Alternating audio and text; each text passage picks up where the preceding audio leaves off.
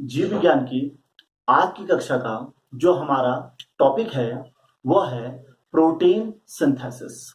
Means protein का संश्लेषण, जिसे हम प्रोटीन का उत्पादन भी कह सकते हैं। प्रोटीन का जो उत्पादन होता है वह डीएनए के कंट्रोल में यानी कि डीएनए के नियंत्रण में होता है।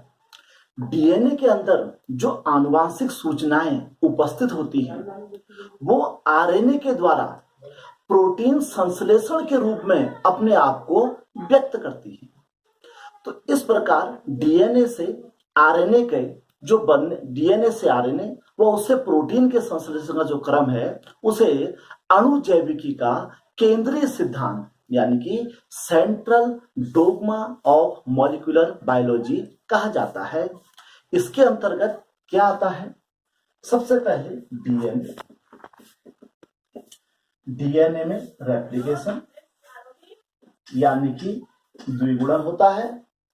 डीएनए से ट्रांसक्रिप्शन से हमारा मतलब है अनुलेखन, जिससे डीएनए के अंदर आरएनए का निर्माण होता है। फिर इसके पश्चात ट्रांसलेशन से हमारा तात्पर्य अनुवादन, जिससे प्रोटीन का निर्माण होता है। तो यह central dogma of molecular biology कहलाता है। इसके अंतर्गत डीएनए से ट्रांसलेशन द्वारा आरएनए का निर्माण होता है और आरएनए से प्रोटीन का निर्माण अनुवादन द्वारा होता है। जो प्रोटीन सिंथेसिस है इसके दो स्टेप होते हैं। पहला स्टेप जैसा कि हमको यहाँ पर दिखाया जा रहा है ट्रांसक्रिप्शन। पहले स्टेप को हम कहते हैं ट्रांसक्रिप्शन और इसको हम हिंदी में कहते हैं अनुलेखन। और दूसरा स्टेप इसके अंदर आता है ट्रांसलेशन, जिसको हम अनुवादन कहते हैं। तो प्रोटीन का संश्लेषण जो है वह दो स्टेप में पूर्ण होता है। सबसे पहले हम लेके चलते हैं अनुलेखन। प्रोटीन का जो संश्लेषण होता है वह आरएनए के द्वारा होता है। तो सबसे पहले जो डीएनए का अणु होता है जो कि डबल स्ट्रैंड का होता है, तो डीएनए का अणु खुलना शुरू होता है। तो डीएनए के जो दो स्ट्रैंड आपस में लिपटे होते हैं, इनमें से एक स्ट्रैंड पर आरएनए का निर्माण होता है। जिस स्ट्रैंड पर आरएनए का निर्माण होता है उसे मास्टर स्ट्रैंड कहा जाता है। तो आरएनए जिस स्ट्रैंड पर बनता है उसे डीएनए का मास्टर स्ट्रैंड कहते हैं। और आरएनए का निर्माण जो होता है वह आरएनए पॉलीमरेज, जिसे कहते हैं आरएनए पॉलीमरेज एंजाइम की उपस्थिति में होता है। जितनी भी प्रोकैरियोटिक कोशिकाएं होती हैं अर्थात सामान्य प्रकार की कोशिकाएं होती हैं, उनमें आरएनए पॉलीमरेज एंजाइम सिर्फ एक प्रकार का पाया जाता है। उसी से ही तीनों प्रकार कौन कौन से? राइबोसोमल, मैसेंजर और ट्रांसफर, तीनों प्रकार के आरएनए का निर्माण एक ही आरएनए पॉलीमरेज एंजाइम से हो जाता है। पर जो यूकैरियोटिक कोशिकाएं होती हैं वहां आरएनए पॉलीमरेज एंजाइम जो होता है वह क्रमशः फर्स्ट, सेकंड और थर्ड प्रकार का पाया जाता है। फर्स्ट राइबोसोमल, सेकंड मैसेंजर और थर्ड जो एंजाइम होता है वह ट्रांसफर आरएनए का निर्माण करता है। अब हम देखते हैं किस प्रकार अनुलेखन द्वारा डीएनए के अणु में आरएनए के अणु का निर्माण किया जाता है। अब जो ट्रांसक्रिप्शन प्रोसेस है यानी कि अनुलेखन पर प्रोसेस जिसमें डीएनए के अणु में आरएनए का अणु का निर्माण होगा, वह 3 चरणों में होती है। सबसे पहला इसमें चरण है exposure of DNA molecule. Exposure of DNA molecule से मतलब है डीएनए के मॉलिक्यूल का खुलना। तो जो डीएनए का मॉलिक्यूल होता है उसके जो प्रमोटर स्तर होते हैं, जो प्रमोटर पार्ट होता है, उसमें आरएनए पॉलीमरेज एंजाइम क्या होता है? जुड़ जाता है। जब इसमें आरएनए पॉलीमरेज एंजाइम जुड़ जाता है तो वहां से डीएनए के कुंडल क्या होते हैं? खुलना शुरू हो जाते हैं। तो इस प्रकार प्रथम चरण में क्या होता है? जो डीएनए के अणु होता है उसके जो 2 कुंडल होते हैं वो खुलने शुरू हो जाते हैं और इन 2 कुंडलों में से जिस कुंडल में आरएनए अणु का निर्माण होगा उस कुंडल को हम मास्टर स्ट्रैंड यानी कि मुख्य कुंडल कहते हैं। दूसरे चरण में क्या होता है, बेस पेयरिंग। जैसे कि हमने पहले भी आपको बताया था कि 4 प्रकार के नाइट्रोजन बेस होते हैं, डीएनए में ATGC और जबकि आरएनए में AUGC। तो जब डीएनए का स्ट्रैंड खुलता है तो डीएनए के स्ट्रैंड में जहां जहां पर, जैसे हम देखते हैं, इसको हम ऐसे ले लेते हैं, जहां जहां पर नाइट्रोजन बेस अनपेयर होते हैं तो आरएनए में उसका एंटी पैरेलल बेस वहां पर, जैसे ए है तो यहाँ पर यू आ जाएगा, क्योंकि आपको पता है कि आरएनए में थाइमिन नहीं होता। जहां पर टी है वहां पर ए आ जाएगा, जहां पर जी है वहां पर सी आ जाएगा, और जहां पर सी है वहां पर जी आ जाएगा। इस प्रकार जिस कुंडल में आरएनए का निर्माण हो रहा है वहां जो क्षार होंगे वो ऑटोमेटिक, जो क्षार इस समय अनपेयर है उनके साथ पेयर होना शुरू हो जाएंगे। और लास्ट है फॉर्मेशन ऑफ आरएनए। इस प्रकार जैसे जैसे यह आरएनए पॉलीमरेज एंजाइम आगे को बढ़ता जाएगा वैसे वैसे कुंडल खुलता चला जाएगा, और लास्ट पे आके आरएनए पॉलीमरेज एंजाइम क्या होगा, वह श्रृंखला से अलग हो जाएगा। जैसे ये एंजाइम श्रृंखला से अलग होगा तो ये श्रृंखला मतलब आरएनए अणु का निर्माण पूरा हो जाता है। इस प्रकार ट्रांसक्रिप्शन की प्रोसेस के द्वारा डीएनए के अणु से आरएनए का अणु क्या होता है, उसका निर्माण हो जाता है।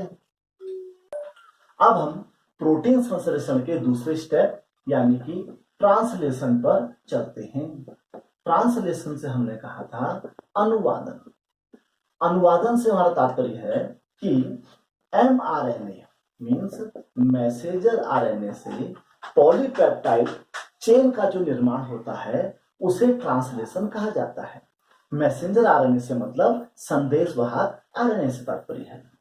जब मैसेंजर आरएनए से पॉलीपेप्टाइड श्रृंखला का निर्माण होता है तो इस क्रम में मैसेंजर आरएनए के साथ साथ स्थानांतरण आरएनए और राइबोसोम तीनों प्रकार के आरएनए इस प्रक्रिया में भाग लेते हैं।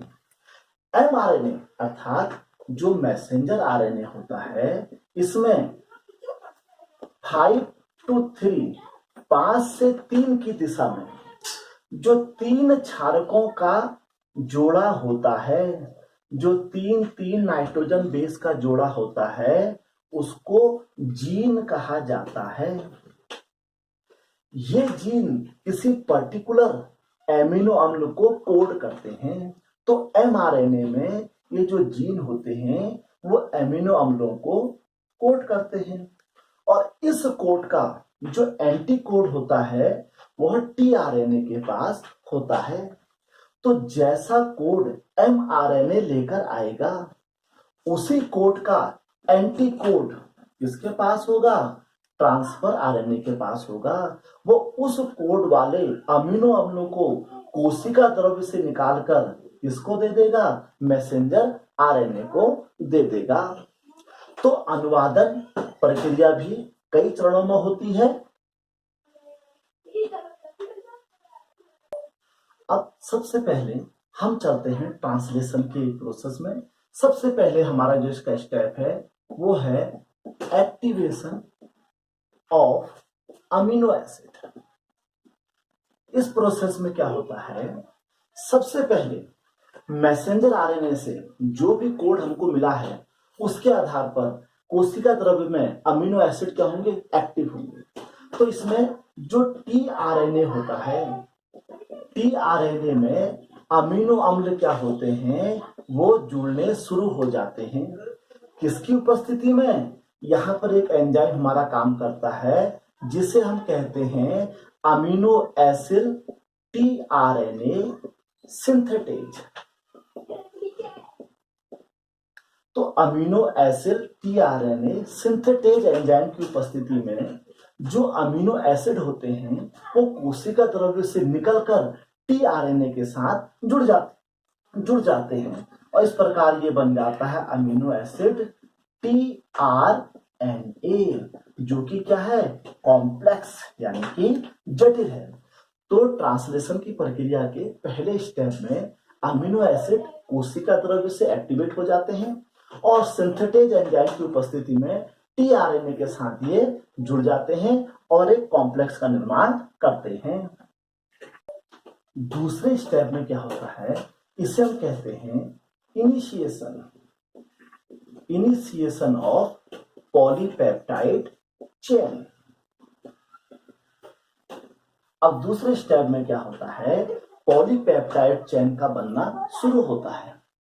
हमें हमेशा ये चीज याद रखनी है कि जब भी पॉलीपेप्टाइड चेन बनती है तो उसका निर्माण जो होता है वो मेथियोनीन इसी एमिनो अम्ल के साथ होता है। एमिनो अम्ल कुल मिला के कितने होते हैं, 20 प्रकार के होते हैं।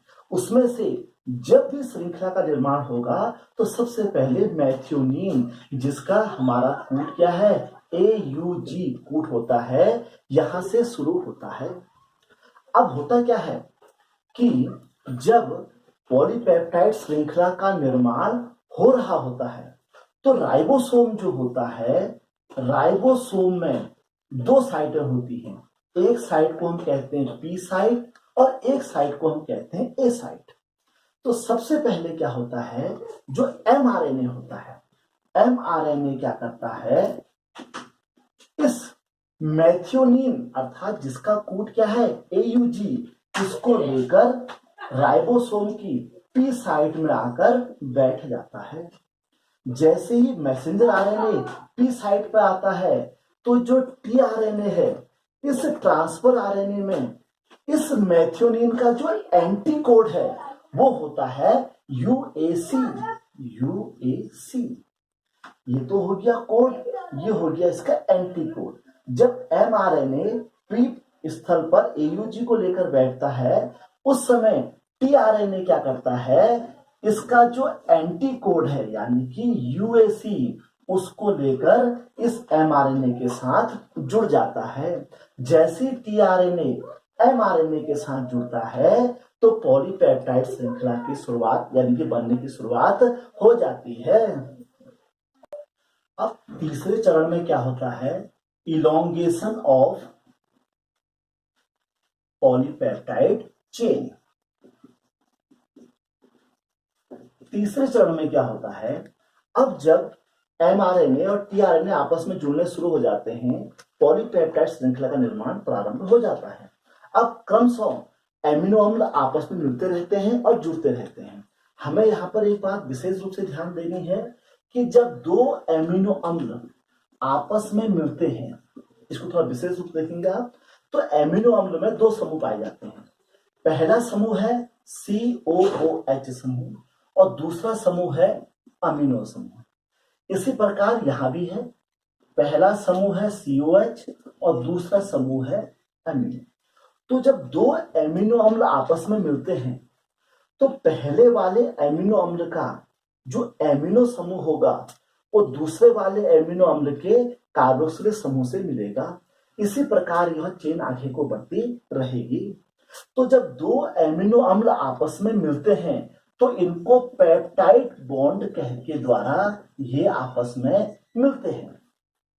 तो पेप्टाइड बॉन्ड क्या करते हैं, पेप्टाइड बॉन्ड 2 अमीनो अम्लों के बीच में, मींस इस बॉन्ड के एक ओर एमिनो समूह होता है और दूसरी ओर कार्बोक्सिलिक समूह होता है। और ये पेप्टाइड बॉन्ड जो होते हैं वह ट्रांसफरेज एंजाइम की उपस्थिति में बनना प्रारंभ होते हैं।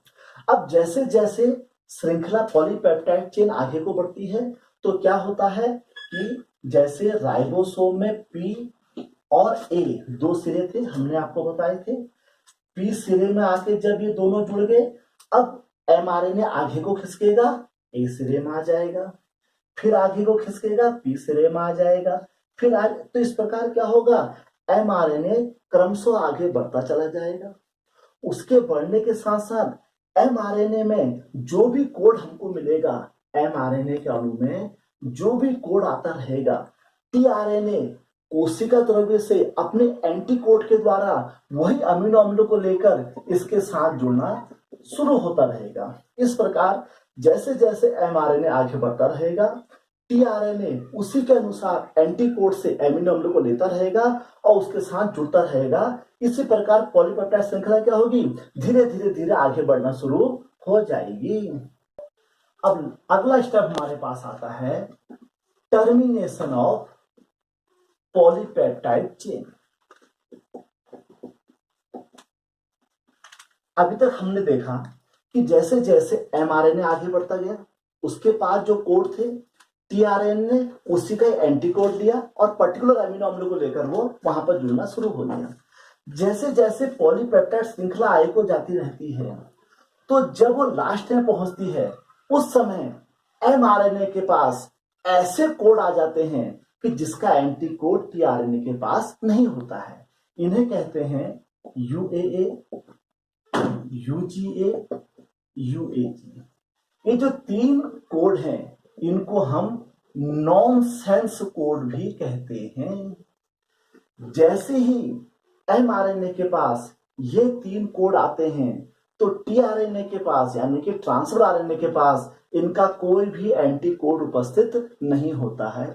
जैसे ही उसके पास एंटीकोड नहीं होता है, अर्थात अब हमारी पॉलीपेप्टाइड श्रृंखला क्या हो चुकी है, पूर्ण हो चुकी है और वो स्वतंत्र हो चुकी है। इसलिए इन कोडों को नॉनसेंस कोड कहते हैं। ये एक प्रकार से टर्मिनेटिंग कोड होते हैं, अर्थात इनका आने का मतलब है कि पॉलीपेप्टाइड श्रृंखला का निर्माण पूरा हो चुका है। और अंत में जब पॉलीपेप्टाइड श्रृंखला निर्माण पूरा हो जाता है तो मॉडिफिकेशन ऑफ चेन, उस समय क्या होता है, अब जो पॉलीपेप्टाइड श्रृंखला हमारी बन चुकी है इसमें मॉडिफिकेशन होता है, अर्थात उसमें कुछ अमीनो अम्ल निकाले भी जा सकते हैं। इसके पश्चात जो चेन होती है वो अपने को डबल और ट्रिपल स्ट्रक्चर में भी कन्वर्ट कर सकती है। जब पॉलीपेप्टाइड श्रृंखला बन जाती है, उस श्रृंखला के अनुसार जो आरएनए होता है, राइबोसोमल आरएनए होता है, वो राइबोसोम का निर्माण करता है और वह राइबोसोम उसी आधार पर प्रोटीन का निर्माण करता है और जिसे हम प्रोटीन का संश्लेषण कहते हैं। इस प्रकार हमने आज की वीडियो में देखा किस प्रकार प्रोटीन का संश्लेषण किया जाता है। अगली कक्षा में हम अगले टॉपिक के साथ फिर आपके सामने उपस्थित होंगे। धन्यवाद।